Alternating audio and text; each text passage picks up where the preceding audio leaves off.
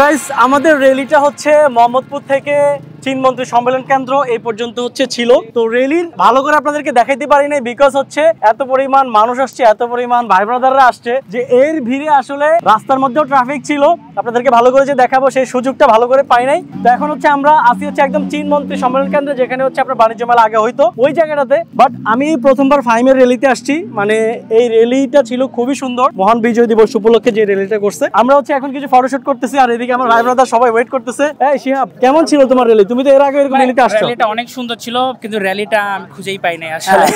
আমরা আসলে মানে একটু পিছিয়ে পড়ে গেছি, সিগন্যালটা পড়ে গেছিল, এজন্য র্যালিটার পিছনে পড়ছি। পরে অনেক বড় র্যালি, আসলে ঢাকা সিটির মধ্যে র্যালি মেইনটেইন করা সো ডিফিকাল্ট। বাট র্যালিটা যে সুন্দর হবে সেই র্যালি তো এর আগে তুমি দেখছো। র্যালি দেখছি, আগের বারেরগুলো অনেক বড় বড় ছিল, বাট এই সময় এইরকম র্যালি করাটা, আর অনেক ধন্যবাদ সবাইকে যে র্যালিটা সুন্দরভাবে শেষ হইতে পারছে।